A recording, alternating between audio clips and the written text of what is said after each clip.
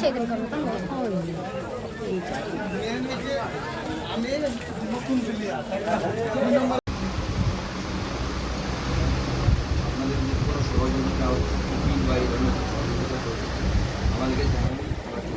আমাদের সবার সহযোগিতা দরকার।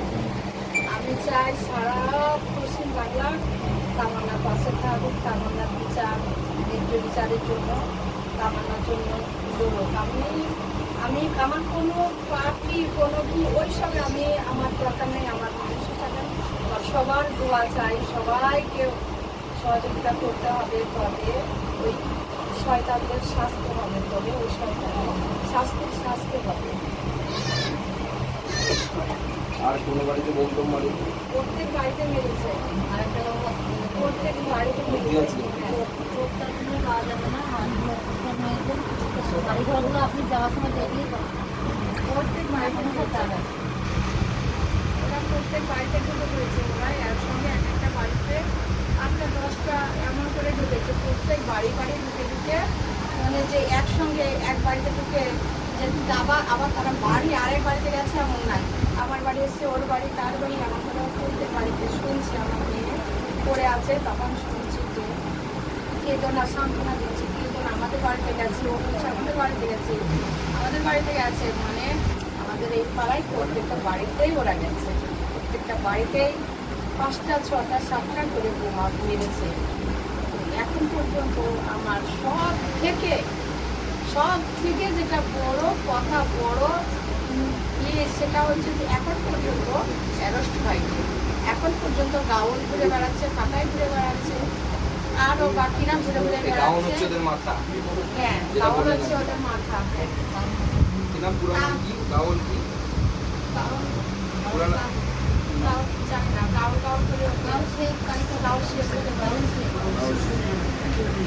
আর তার উপর আছে ওদের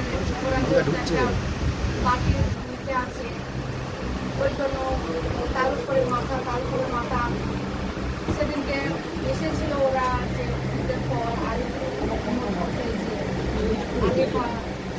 আগে হয়েছে, ওই জন্য বলেছে রক্ত নিয়ে এসে খেলবে, তামান্না রক্ত দিয়ে ওরা খেলবে, তামান্না রক্তে ওরা খেলতে ভালোবাসে, বাচ্চার রক্ত নিয়ে খেলবে। ওই জন্য আমার তামান্না রক্ত নিয়ে গেছে খেলার জন্য। ওই জন্য আমি চাই কঠোর শাস্তি হোক। এখন পর্যন্ত যে বোম আমার মায়ের দিকটা আঘাত হয়েছে, ওদের যে গাদা বোম বার হয়, সেগুলো এখন পর্যন্ত কতটা জানি না উদ্ধার হয়েছে। আজকে সকালে মনে হয় 9টা বোম ওদের দুটো চিনতে যদি এত ছোটো বাচ্চা থাকে 5 বছরের পরে তাদের হাতেই থাকে। ওই 9টা কি 10টা বোমা এই 5 বছরের পরে যে বাচ্চা তাদের হাতে থাকে। কেন তখন বলে আমাদের ছেলে করছে কেন? ওদের আজকে নয়, সারা জীবন ওরা মারামারি, ওদের বোমা কি বলে বড় বড় সেই যেগুলো হয় ধারালো অস্ত্র, ওগুলো পিস্তল বন্দুক যেগুলো গুলি করা হয়, ওগুলো ওদের মানে জলভাতের মতো ব্যবহার হয়। ওরা যেখানে সেখানে যাকে তাকে করে গান পয়েন্টে রেখে কাজ হাসিল করে। এটা হচ্ছে ওদের জানি না পশ্চিম বাংলায় কি করে এত হয়। এখানে কি আর প্রশাসন, পুলিশ প্রশাসন আসে না এখানে কিছু বললে কমপ্লেন করার সাহস হয় না। যদি বা হয়তো আমি আগের ওইগুলো বলতে পারবো না, তো হয়তো যদি হতো, যদি কমপ্লেন করা হতো আর ব্যবস্থা নিত, তাহলে আজকে আর এতদূর আসতোই না। তাহলে তামান্না বেঁচেই থাকতো, তামান্না আমাদের মায়ের বুকেই থাকতো। তাহলে তো যদি সেই ব্যবস্থা হতো তাহলে কোনো থাকতো না, পুলিশ প্রশাসন সেই ব্যবস্থা কম থাকতো না, বন্ধু উঠে যেত, তাহলে তামান্নাকে আঘাত করতে পারতো না। তো এখানে দেখা যাচ্ছে যে প্রশাসনের নেই সেইটা নিয়ে যে ওখানে আবার যেটা উদ্ধার করা হচ্ছে। আমার মায়ের আজ 5 দিন হচ্ছে, আমার মায়ের উদ্ধার 5 দিন হচ্ছে। 5 দিনের মধ্যে 5টা বোম উদ্ধার করেছে। বাবা কি একদম জবাব। ওদের বাড়িতে গেলে হয়তো বোম পাওয়া যাবে।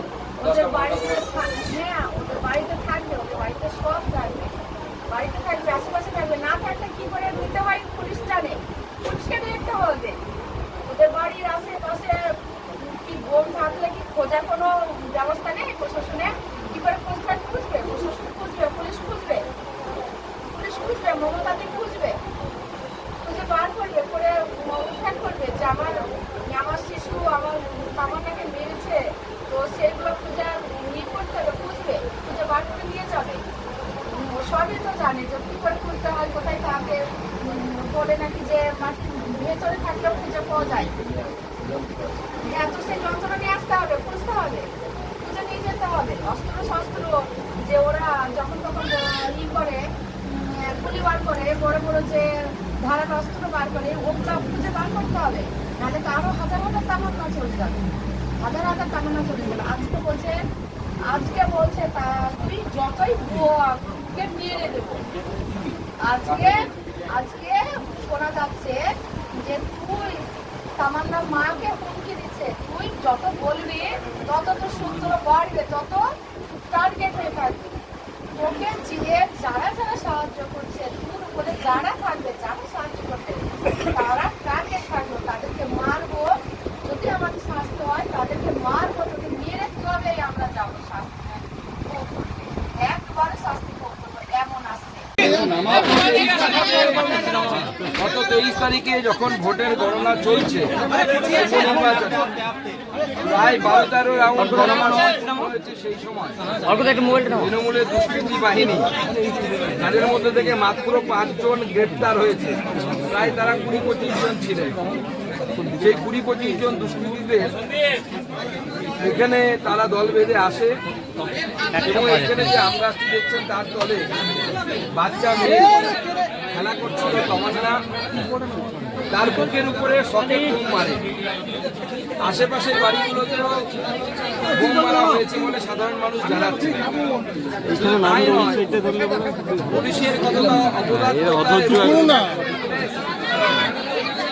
পুলিশের কতটা রিল্যাক্স ভাবুন। আজকে সকাল